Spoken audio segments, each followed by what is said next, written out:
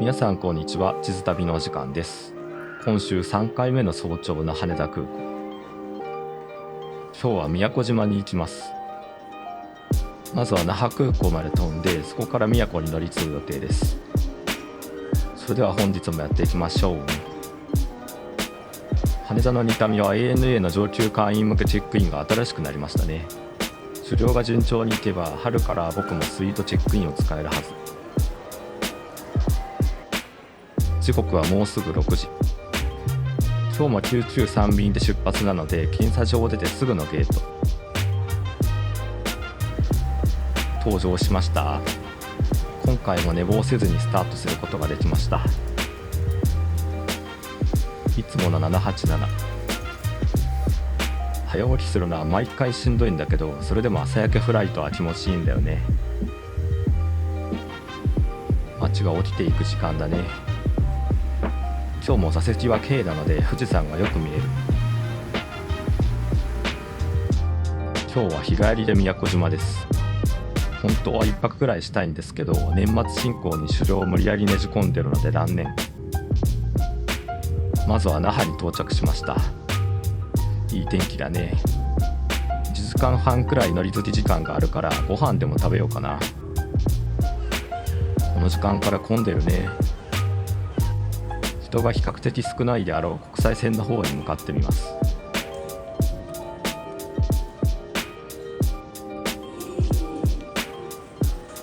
県民食堂は開店前でした。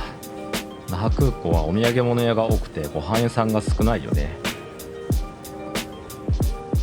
検査場もちょい込みなので、もう諦めて中に入っておくことにします。売店でサンドを買います。ポーク、タコス、コンビーフの3種類。コンビーフにしました。一緒にゴーヤが入ってるね。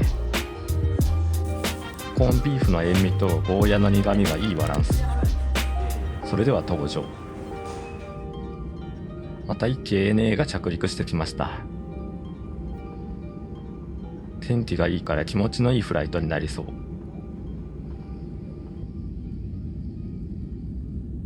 宮古島に向けて離陸です。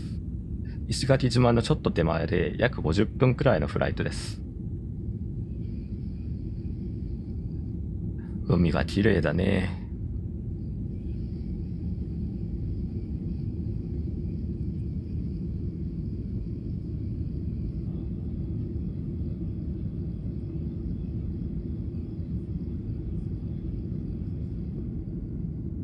今回の狩猟フライトで一番綺麗に海が見えてるかも。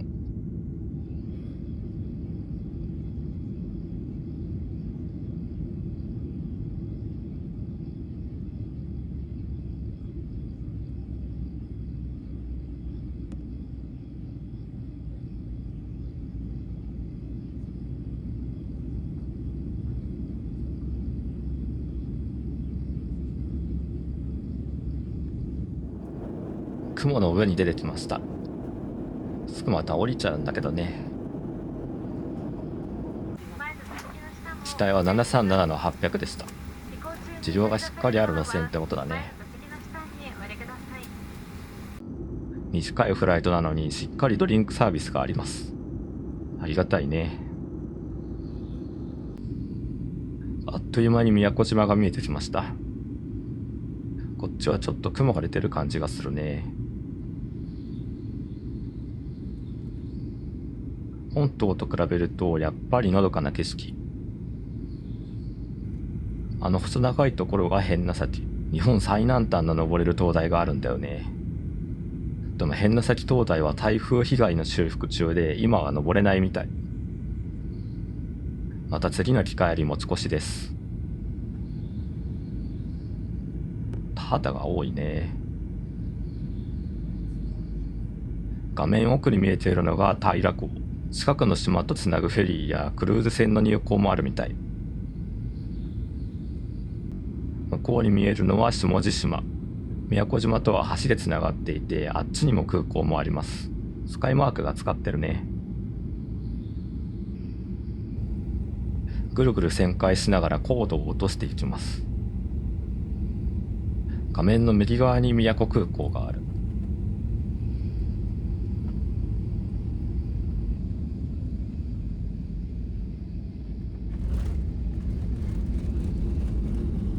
無事着陸しました。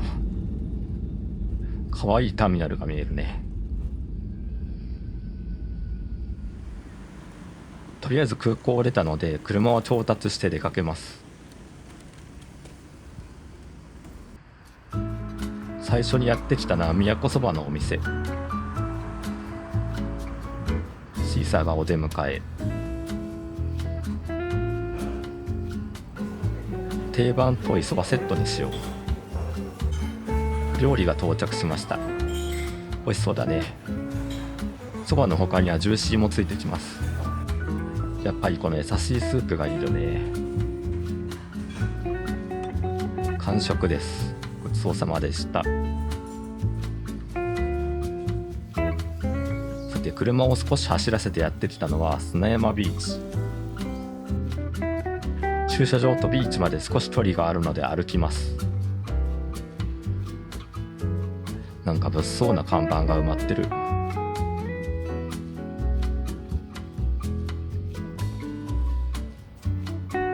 ビーチが見えてきました。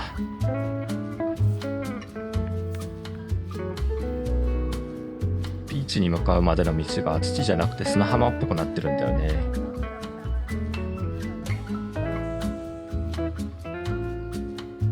ようやくビーチに到着です。韓国の方々のツアーが来てるみたい。しばらくぼーっとしてるといつの間にか人が少なくなってました。本島の海とはまたちょっと雰囲気が違うね。続いてやってきたのは海中公園。こじんまりした公園なんですが、こんな感じで海中に潜っていきます。長い階段を降りるとだいぶ潜ってきていたようです。水深4メーター。目の前にはたくさんの魚が。海底に何か食べれるもんでもあるんですかね。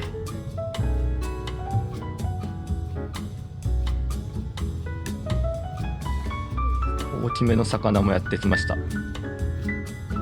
なんて名前の魚なんだろう。タイとかの仲間かな。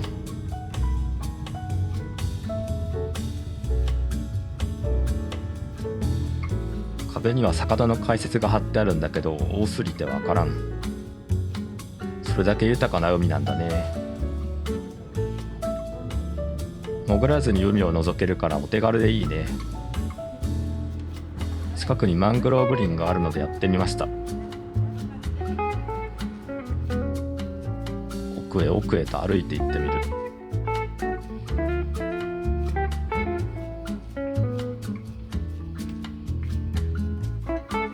なるほど、こんな感じなんだね。水の中にしっかり根ざしてる。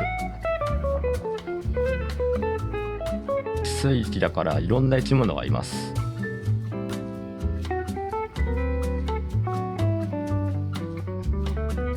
今度は橋を渡って下地島に向かっています。宮古島はそこまで大きくないので車でぐるっと見て回るのも楽ですね。下地島側に渡ってきました。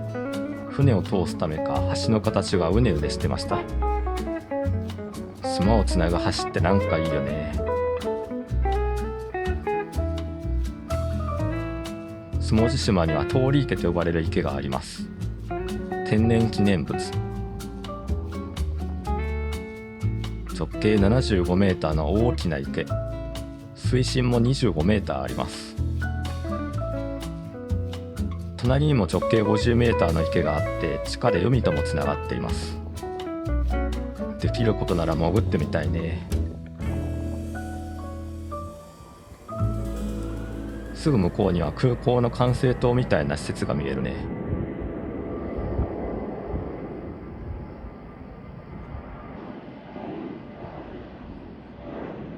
音のする方向を見てたら飛行機が離陸していきました。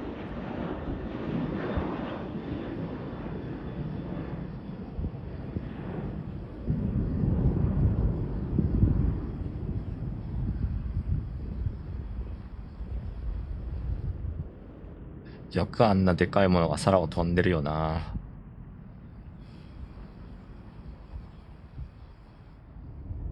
じゃあそろそろ空港へ向かいましょうか。日も傾いてきたね。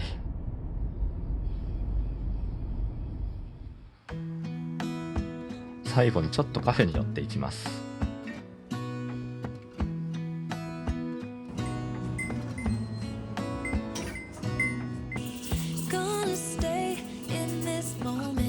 カフェラテ。宮古島でこんなちゃんとしたラテを飲めると思わなかった。美味しいです。素敵な空間でした。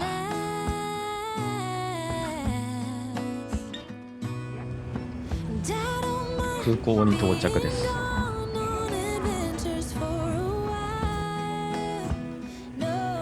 少し時間があるのでエンダー。この後はフライト続きだからご飯を食べておこう。A&W バーガーのセットにしました。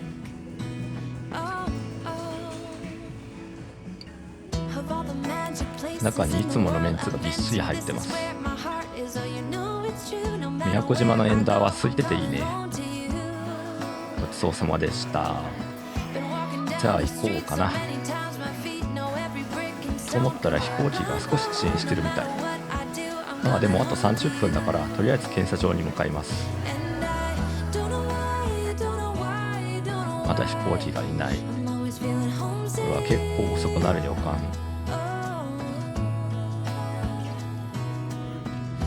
飛行機はやってきましたがすっかり暗くなってしまった。スタッフの手際の良い準備のおかげか15分のディレイで済みました。そろそろ搭乗です。帰りも737の800。来た時よりも搭乗率は低め。もうすぐ那覇に着きますがすっかり夜です。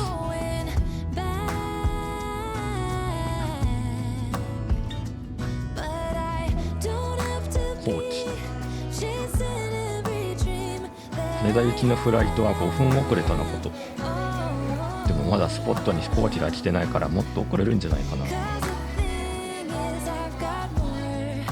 搭乗する1098便は20時45分出発予定。隣のゲートは20時5分のフライトが21時にディレイになってます。